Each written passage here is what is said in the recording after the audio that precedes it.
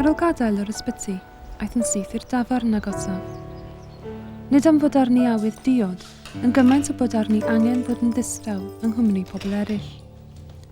Medrai weld adeiladau'r ysbyty drwy un o ffenestri'r bar, eu tyrau anhygoel yn nofio'n lledwrithiol yn y tes.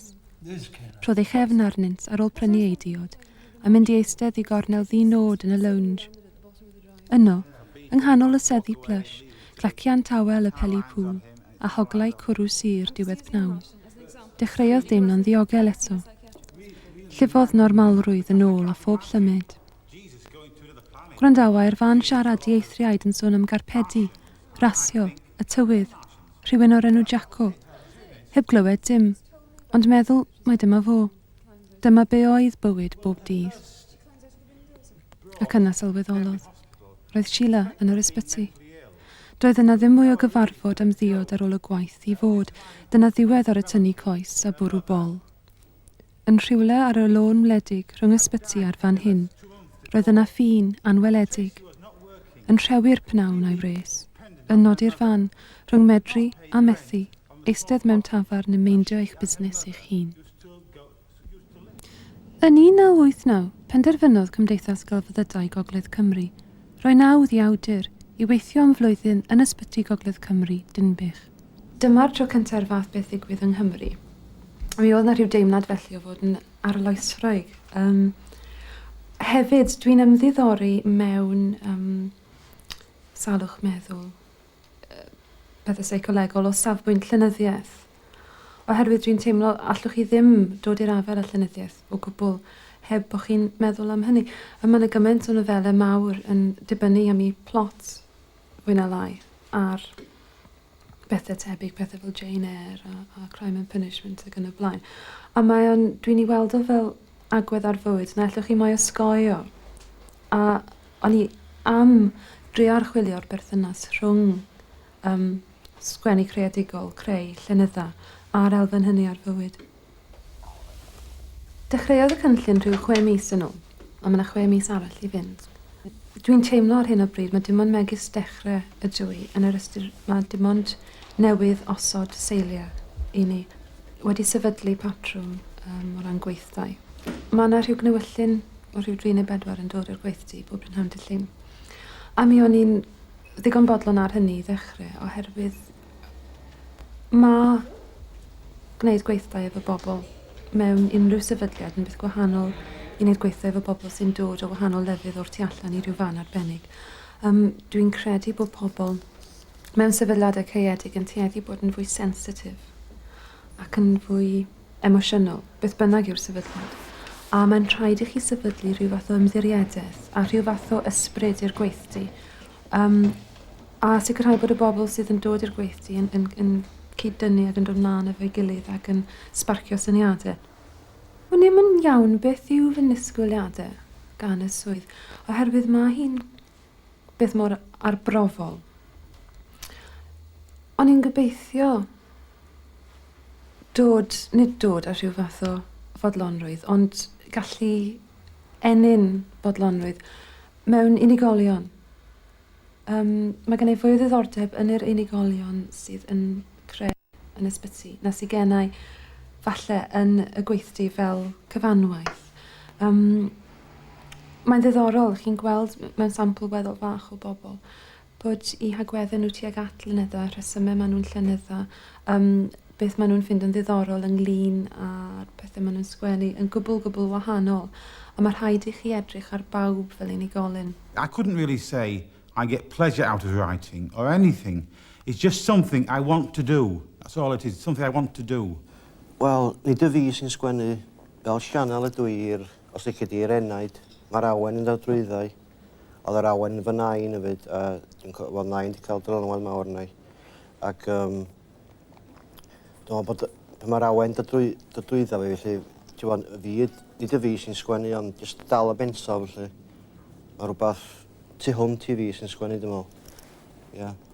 Mae gyda nhw themau maen nhw'n dod nôl at nhw drwy'r amser sef teulu, cariad, serch, eisiau perthyn, eisiau beidio bod yn unig, selder, math yna o beth. Pethau mae pob math o bobl yn sgwennu amdano nhw. Ond mae gyda nhw ddiddordebau mydryddol, dwedwch, neu geiriol mor wahanol i'w gilydd, fel bod y cerddi, mae yna flas arbennig ar bob cerdd a gwaith bob bardd. Ac ych chi'n gweld ar unwaith pwy sydd wedi sgwennu, pa gerdd. Can y sgitsofrenig. Rwy'n diowef o glefyd difrifol ers rhai blynyddoedd yn awr, llancu yr holl asifeta, nid ydynt yn helpu fawr, a hefyd cafigiad o gyffur bob wythnos ar foch fy mhenol, i'm cadw rhag colli fel impyn a hel hen soniadau ffôl. Rwy'n mewn ag allan o'r mental ers pan y bu farw fy nhad, ond beth yw o'i le ar fychmygu mod i'n frenin ar yr holl wlad. Mae mam yn wefw ac unig yn poeni am hyn a'r llall, a minnau'n sgitsofrenig a gweithiau i'm hanner call. Rwy'n weithiau'n clywed lleisiau yn arsain fel econ fy mhen, ac weithiau yn yr uchelder ac weithiau'n isel dros ben.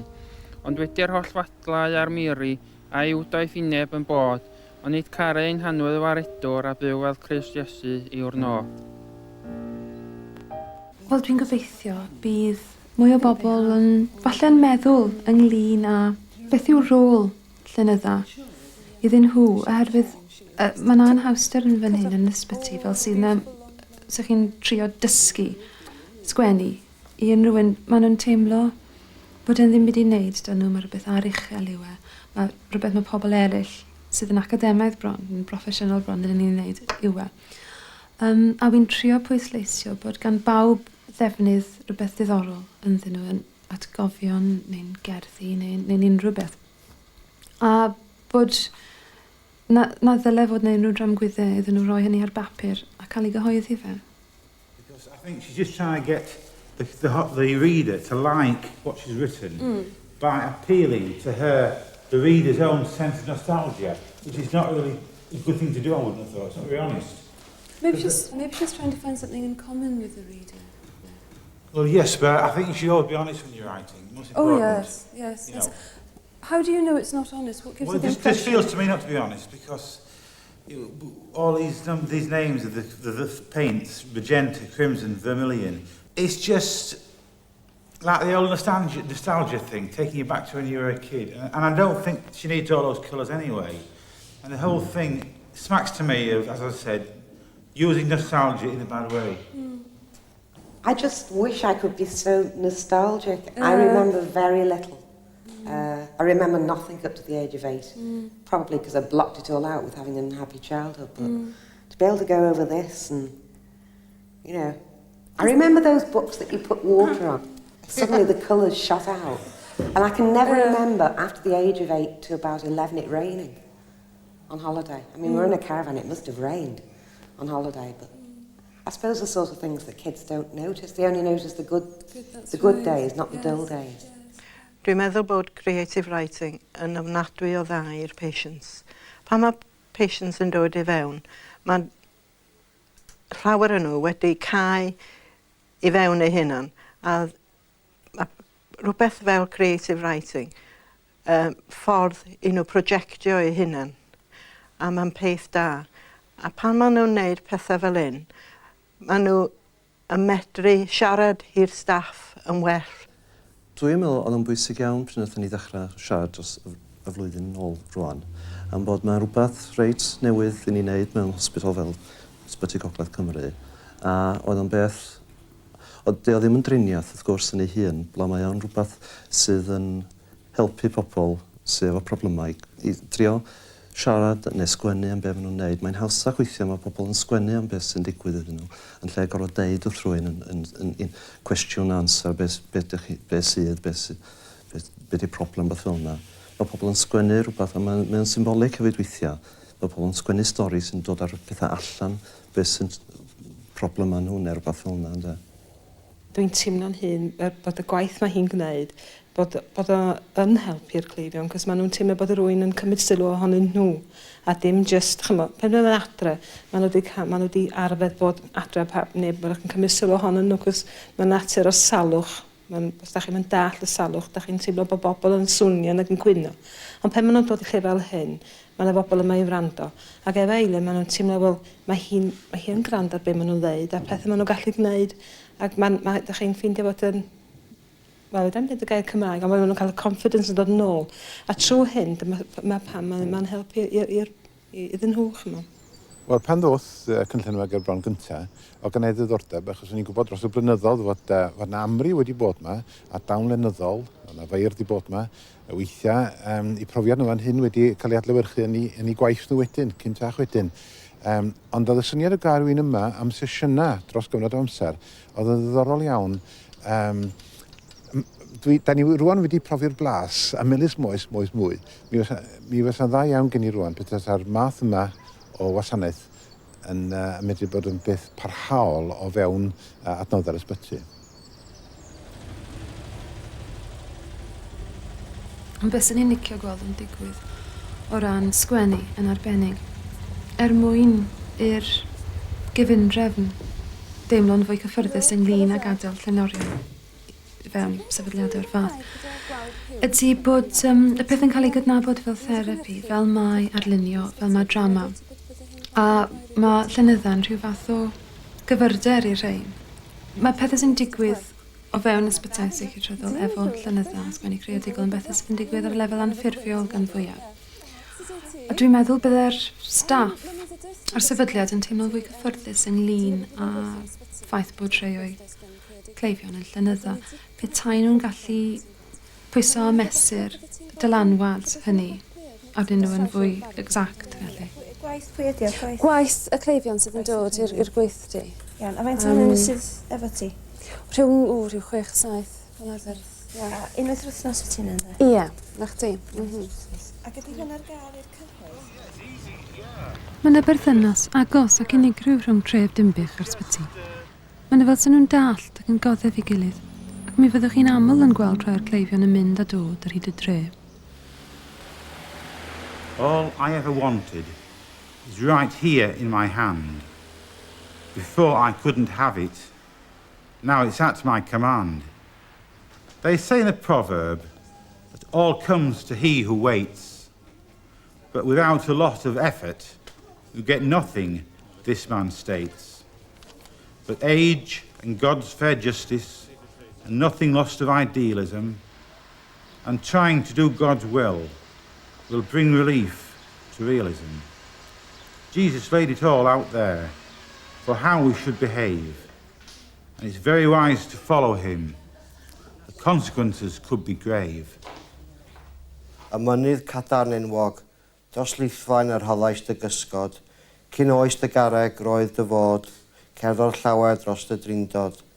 Tre'r ceiri a mynydd gwaith, trefo'r Cymraeg ei iaith, y chwarelwydd oedd dy obaith, yn casglu llys ar ddechrau'r daith. Y creigiau serdd sy'n syllu, dros nant gwythau na'r cogwyni, troedio wnes dy lwybrau di, canaf am dy gwmni. Sailor's Delight. Dim ond mis sydd gynnau ar ôl yn Dinbych rwan. Dim ond 4 gweithdy. A mi fydd hi'n chwyth iawn gynnau adael y lle. A dwi'n rhyw deimlo, heb wybod yn iawn sut eto, y bydd yna ofod mawr yn y mywyd ar ôl peidio bod yma. Wedi bod yn teithio bob wythnos i Dinbych ers blwyddyn bron. A wedi cwrdd â nifer o bobl arbennig iawn yma, a bobl sydd yn ffrindiau mi erbyn hyn. A wedi dysgu gymaint ynglyn â llenorion, llenydda, sut mae pobl yn llenydda, pam, salwch meddyliol a gweddau pobl tuag at hynny, sefydliadau, o pob math o bethau. Mi fydd hi'n... Dwi'n meddwl fyddai'r un person ag o'n i cyn i mi ddod yma, yn bendant. Erbyn hyn, dwi wedi peidio am meddwl, peidio'n llwyr am meddwl ynglyn â'i therapi ydy'r peth a'i peidio. Mae'r bobl sydd yn dod i'r gweithdy erbyn hyn yn gymaint o unigolion, yn gymaint o ffrindiau. Fel nad ydw i'n ystyried be ydy i sefyllfa arbennig nhw, a felly dydw i ddim yn gweld y peth fel therapi yn arbennig felly.